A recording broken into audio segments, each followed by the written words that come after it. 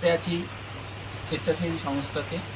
আন্তরিকভাবে কৃতজ্ঞতা, শুধু আমি না, আমার তরফ থেকে, আমার স্কুলের তরফ থেকে, আমার বাচ্চাদের তরফ থেকে, সৌরভের অভিভাবিকার তরফ থেকে, এবং দাদাদের অনুমতি নিয়ে, ভোলাদা এবং সুব্রতদার অনুমতি দিয়ে পারিপার্শ্বিক মিলনগরের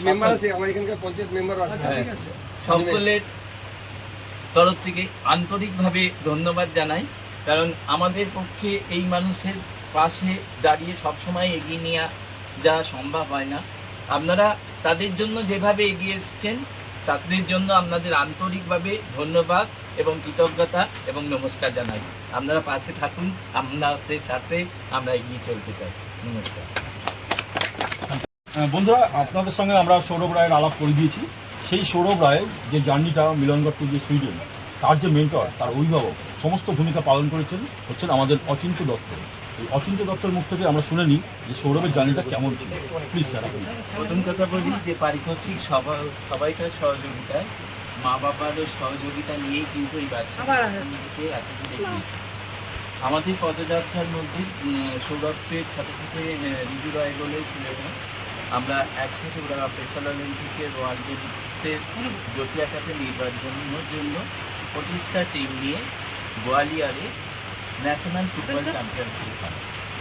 এই চ্যাম্পিয়নশিপে বাংলা কোয়ালিফিকেশন রাউন্ডে গুজরাট এবং দিল্লিকে পরাজিত করে এবং তার ক্লাসিফিকেশন রাউন্ডে উড়িষ্যাকে হারিয়ে কেরালার সাথে হেরে ওরা সেকেন্ড পজিশন পায়।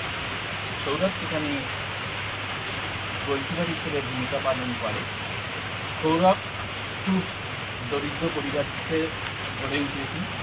মিলনগড়ের ছোটোবেলা থেকে মিলনগড় মাঠেও যেরকম প্র্যাকটিস করা হয়, প্র্যাকটিস করতে করতে আমি এখানে দেখেছিলাম যে ওই বাচ্চাটার মধ্যে একটা অন্তর্নিহিত গুণ আছে এবং ওকে একটু যে জায়গাটায় দেখানো হতো ওকে বেশিরভাগ সময় উঠিয়ে খেলানোর একটা টেন্ডেন্সি থাকতো এবং ওকে ওই দাদা বলেছেন, সদ্য দাদা বলেছেন, ওকে একটু টিকে বলে বলা হতো।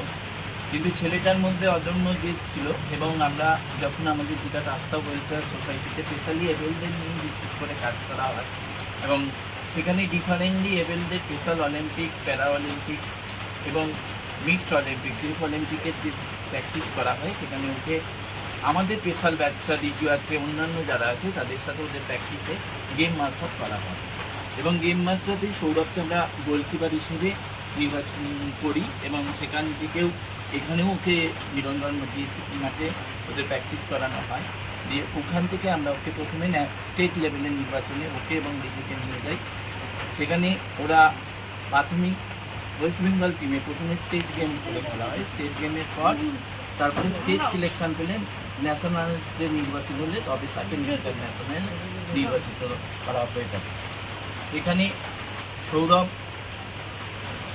মোট প্রিমিয়ারি এবং মেন টিমের খেলায় মোটে 3টে গোল খায় এবং গোলে যথেষ্ট দক্ষতার সঙ্গে পরিচর্যা করে।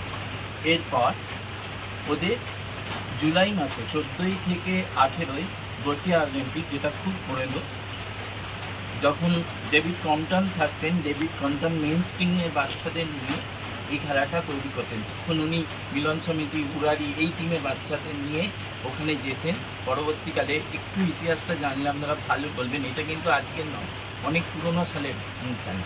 সে আগে এটা পুরো মেন স্ট্রিমিং বাচ্চা অর্থাৎ জেনারেল বাচ্চাদের নিয়ে হতো।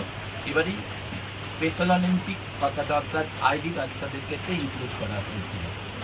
সৌরভ যখন গিয়েছিল তখন তার পক্ষে এই যে এতটা কষ্ট করে জার্নি বা রিজুদের পক্ষে এতটা কষ্ট করে জার্নি খুবই কঠিন, কারণ আমাদের এখানকার মানুষদের আর্থিক অবস্থা খুবই দরিদ্র, তাদের পক্ষে এই লড়াই এত দূর যাওয়াটা খুব কষ্টকর বিষয়। তবুও আমাদের স্পেশাল অলিম্পিক ভারতের একটা গুণ আছে, তারা special Olympic West Bengal chapter হয়ে ওয়েস্ট বেঙ্গলের থেকে প্রতিনিধিত্ব করেছিল, যেহেতু ওয়েস্ট বেঙ্গলে মিস্টার অশোক চাকির নেতৃত্বে স্পেশাল অলিম্পিক ওয়েস্ট বেঙ্গল চ্যাপ্টারটা পরিচালিত হয়। ওখান থেকে ওদের যাতায়াতের খরচা সমস্ত ভারতীয় সরকার বহন করে। সেখানেই সৌরভ প্রথম যে ম্যাচটা খেলায়, প্রথমে হচ্ছে ক্লাসিফিকেশন রাউন্ড, তাদের কোন গ্রুপে খেলা হবে সেই ম্যাচে প্রথমে ভারত, আমাদের স্পেশাল অলিম্পিক ভারত হংকংয়ের সাথে ড্র করে এবং ফিনল্যান্ডের সাথে 2-0 গোলে জেতে। এরপরে তারা গ্রুপ 5-এ 8টি টিমের সাথে নির্বাচিত হয়। সেখানে তারা প্রথম ম্যাচে হংকংকে 3-0 গোলে হারায়, দ্বিতীয় ম্যাচে জার্মানকে 6-0 গোলে হারায়। তারপরে তারা ফিনল্যান্ডকে 2-0 গোলে হারিয়ে লাস্ট ম্যাচে ডেনমার্কের সাথে তারা জেতে এবং 4-3 রেজাল্ট হয় যে ফাইনাল ম্যাচে।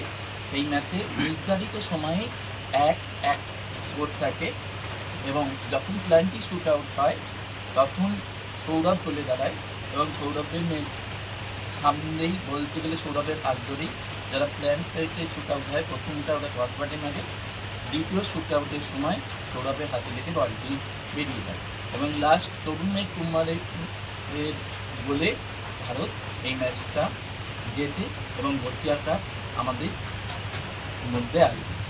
এর আগে আন্ডার-13 জেনারেলে ভর্তিয়া কাপ ভারত জিতেছে। আচ্ছা, আপনার এই যে আস্থা ওয়েলফেয়ার সোসাইটি, এটা শুধুমাত্র কি মানে স্পেশাল চাইল্ডদের নিয়ে কাজকর্ম হয় নাকি? এখন আমাদেরটা না বলে ওটা বলুন না। একটু জেনে রাখি আপনার পরিচয় একটু ছোট্ট করে। না আমারটা লাগবে না, ওদের দুটো নিন, আমার কিচ্ছু লাগবে আচ্ছা না। ঠিক আছে, ওকে থ্যাংক ইউ স্যার।